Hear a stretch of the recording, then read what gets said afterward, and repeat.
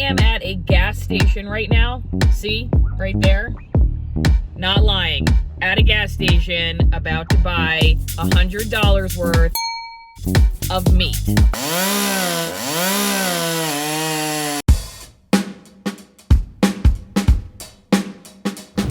This random guy I'm buying meat from, he's got a whole bag of it. Look.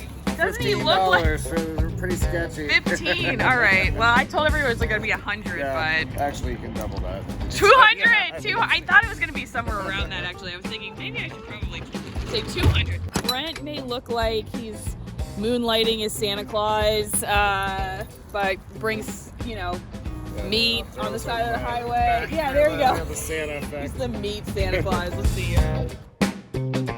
Show us what you got here. All right, we brought you some, you wanted a pork roast. So we got you a shoulder roast for the rest of your cold days out there. All right. Huh? I know you like pork chops, Allison, so you got a few packs of loin chops and rib chops. 2 per pack for you and Lynn. Nice fat cap on those. Good. Nice. And where's your lamb? I know you got some bones for broth. There's some beef bones. A couple bags of those. Yeah, I like those for Chaka too, my dog. Oh yeah. I do both, broth and dog treats. And there's some nice little lamb loin chops. Yeah. 2 per pack. Brent makes this awesome cowboy trail mix. Yeah. Right here.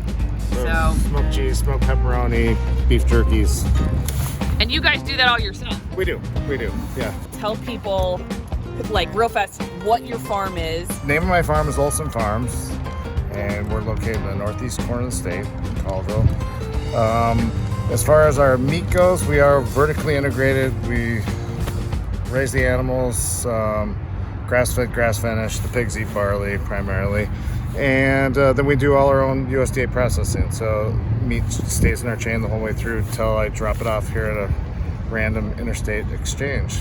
For consumer, what is the benefit of buying, like from a health perspective or animal welfare perspective or economics? Like what's the benefit of getting to know somebody like you and doing one of these sketchy drop-offs? Environmentally, or a higher quality product, it's nicer the animals are raised, not in mass produced.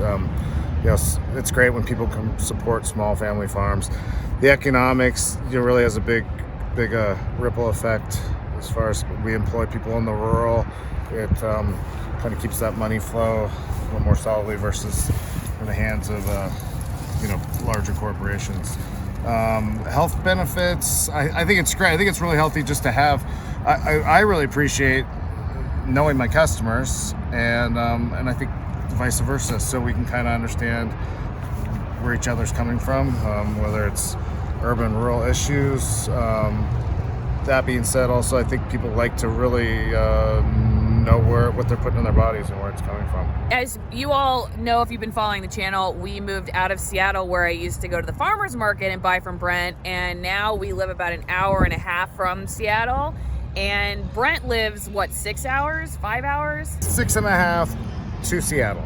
So. And you go once a week? Once a week. For the farmer's market? For the markets and restaurant deliveries and some stores and personal people, home deliveries. So we like to be consistent. That's a lot of driving. That's just kind of a way of life now for me. I've got 2 little kids, so it is kind of a bummer when you have to leave and be gone for so long. I wish the 2 cities or Colville's closer to Seattle in some regards, but it's I don't really give it too much thought unless I have to chain up going over the pass. That's always a bummer.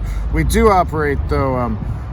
We're one of the furthest farms that sell in Seattle at the markets and such. But we do about 14 markets a week. But I do have a storage there in Seattle, so really per trip, as far as a fuel environmental footprint, we really only travel about, if you did the math on it, about 30 miles. And a lot of farms that are outside the city will do that each way. So we are pretty efficient in that we can make a trip over and spread it out for the whole week. I like to know farmers and ranchers, especially when it comes to livestock production, which is why I got to know Brent and why I wanted to keep buying from Brent. But I'm curious, Brent, how many of these highway drop-offs do you do? Or am I an oddball, which would be fine. That'd be fine. You are a little bit. Yeah. It's over the years. When if you really have me think about it, I've dropped off a lot of times at different times of night. Sometimes, usually, I'm like traveling at night. This is kind of on the way back during the day. So it's it's not every week, but there are people across the state that we do. I dropped off a half a pig to a guy in George, just another 30 miles from here a couple weeks ago. So it happens, and it's great that people continue to support us and want that. So and we always, since we're driving by, that's no problem. We do make that happen. Now you guys have seen my little gas station